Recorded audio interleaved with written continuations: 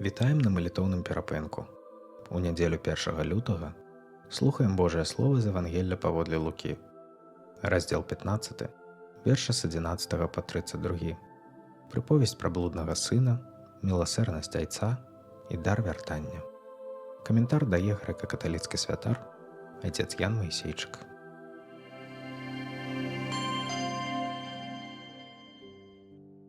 Яшчэ адну прыповесць сказаў Ісус.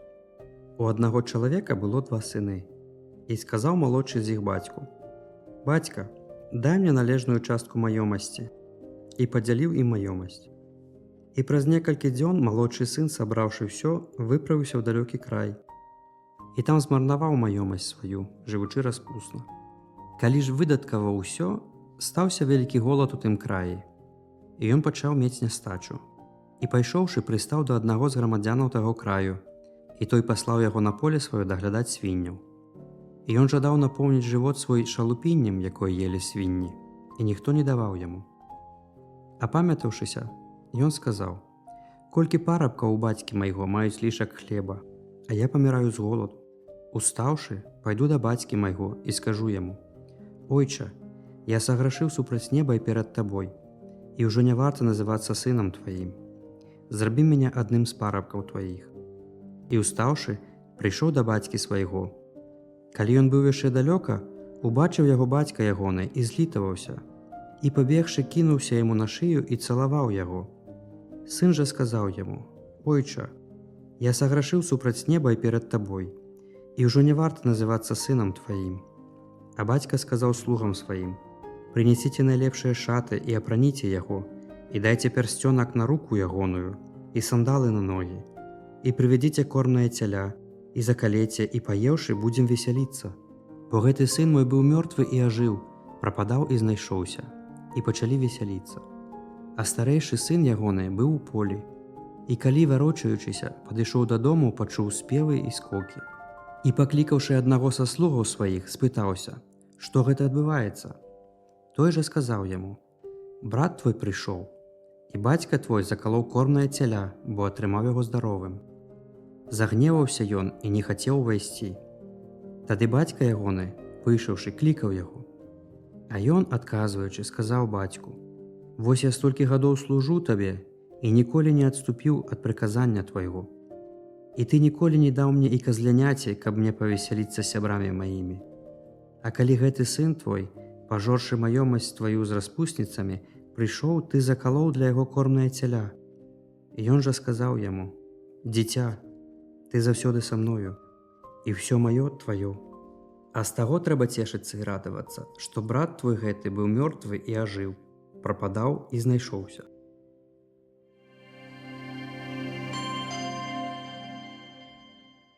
Дарагія, вобраз блуднага сына – гэта не проста кранальная сямейная гісторыя. Гэта ікона метаноіі, то бок перамены мыслення, з якой пачынаецца сапраўднае навяртанне.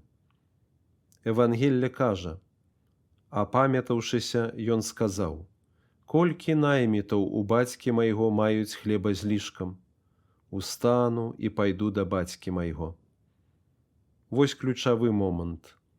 Навяртанне пачынаецца не з крокаў, зробленых нагамі, а з крокаў унутры розуму. Спачатку змяняецца думка, потым дарога. Блудны сын апынуўся сярод свінняў. Для юдэя гэта дно не толькі матэрыяльнае, але і духоўнае. Ён галодны, але гэта больш, чым фізычны голад. Гэта тое, пра што Хрыстос скажа пазней. Што за карысць чалавеку, калі ён здабудзе ўвесь свет, а душы сваёй пашкодзіць? Ён ужо меў свабоду, меў жыццё для сябе, але страціў сябе. І толькі калі зразумеў, што ягонае мысленне прывяло яго да смерці, нараджаецца новая думка. У доме бацькі жыццё. Святы Ян Залатавусны тлумачыў: грэх пачынаецца з ілжывае думкі, нібыта без Бога будзе лягчэй. Пакаянне ж пачынаецца з праўдзівай думкі: без Бога я гіну. Дарога дадому была не толькі доўгай, яна была страшнай. Ён быццам рэпетуе прамову: «Я ўжо не варты называцца сынам тваім». Так, гэта мова пакоры, але і мова страху. Колькі людзей сёння не вяртаюцца да Бога не таму, што не хочуць, а таму, што баяцца. Бог мяне не прыме. Я зайшоў занадта далёка. Мне сорамна. Але Христос разбурае гэты страх. Бацька выбягае насустрач. На ўсходзе старыя людзі не бегалі. Гэта лічылася непрыстойным. Але любоў не баіцца страціць годнасць дзеля збаўлення сына. Тут спаўняюцца словы Пісання. «Міласэрнасць узвышаецца над судом». Пасланне Якуба 2:13. І яшчэ. «Бог даказвае сваю любоў да нас тым, што Христос памёр за нас, калі мы былі яшчэ грэшнікамі». Пасланне апостала Паўла да рымлянаў 5:8. Звярніце ўвагу, сын не патрабуе вярнуць яму правы. Ён просіць толькі месца сярод слуг. Ён прымае праўду пра сябе. Гэта і ёсць сапраўдная пакора, не прыніжэнне, а жыццё ў праўдзе. Святы Ісаак Сірыйскі казаў: «Той, хто пазнаў сваю немач, мацнейшы за таго, хто бачыць анёлаў». Пакора не адштурхоўвае Бога, яна прыцягвае яго. Бог ганарлівым супрацьстаіць, а пакорным дае ласку. Пасланне Якуба 4:6. І вось парадокс. Сын думаў стаць слугой, а бацька вяртае яму сыноўства. Пярсцёнак, вопратка, абутак – гэта знакі адноўленай годнасці. Бог не проста даруе, ён аднаўляе. Блудны сын змяніў мысленне пра 3 рэчы. Пра сябе – я не гаспадар жыцця, я залежны ад айца. Пра грэх – гэта не свабода, а галоднае рабства. Пра Бога – ён не жорсткі суддзя, а айцец, які чакае. І калі мяняецца мысленне, мяняецца шлях. Апостал Павел кажа: «Не прыстасоўвайцеся да гэтага веку, але перамяняйцеся праз аднаўленне розуму вашага». Пасланне да рымлянаў 12:2. Хрысціянства – гэта не толькі маральныя правілы. Гэта новая оптыка, новая логіка, новы розум у Хрысце. Але прытча не толькі пра вяртанне грэшніка. Яна і пра небяспеку застацца дома, і прытым не ведаць айца. Старэйшы сын усё рабіў правільна, але думаў як найміт.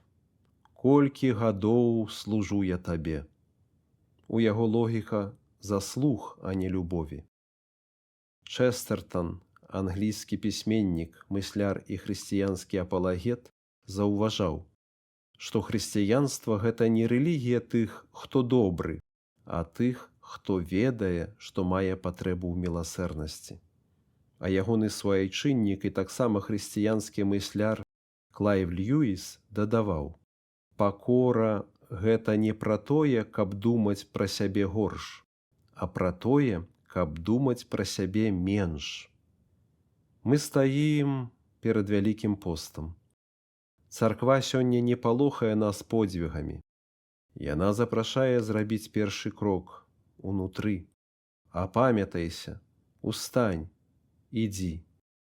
Нават калі ты далёка, нават калі табе сорамна, нават калі здаецца, што недастойны. Бо айцец ужо выбег насустрач. І сапраўднае навяртанне – гэта калі мы нарэшце адважваемся паверыць, што ягоная міласэрнасць большая за наш грэх.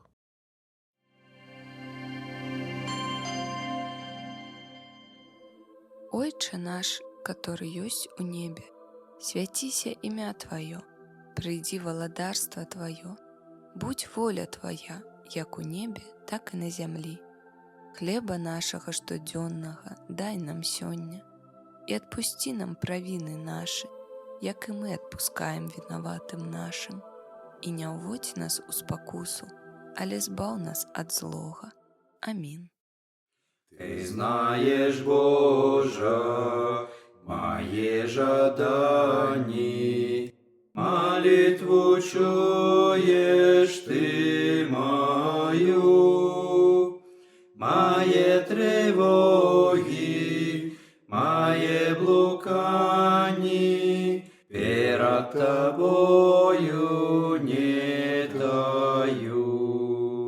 Мои тревоги, мои блукания перед Тобою не таю. Ты знаешь, Боже, что не шукаю богатя и похвалы земной.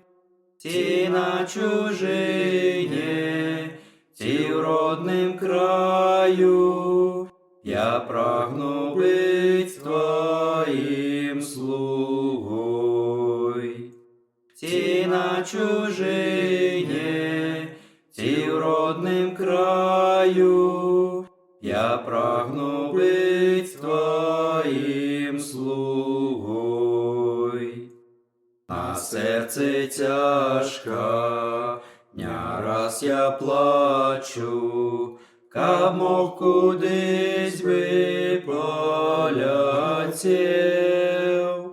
Я одинокий, терплю неудачи, змовкає мой веселий спів. Я одинокий, терплю неудачи, змовкає мой веселий спів. Ніхто не знає, ніхто не скаже, чому почас валюся з ног. І хто потешить, і хто розважить, коли на серце камінь лег. І хто потешить, і хто розважить, коли на серце камінь лег.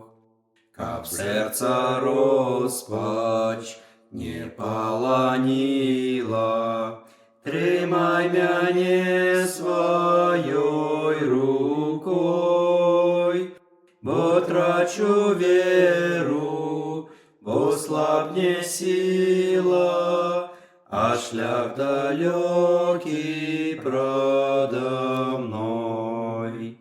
Бо трачу веру, бо слабне сила, а шлях далекий продо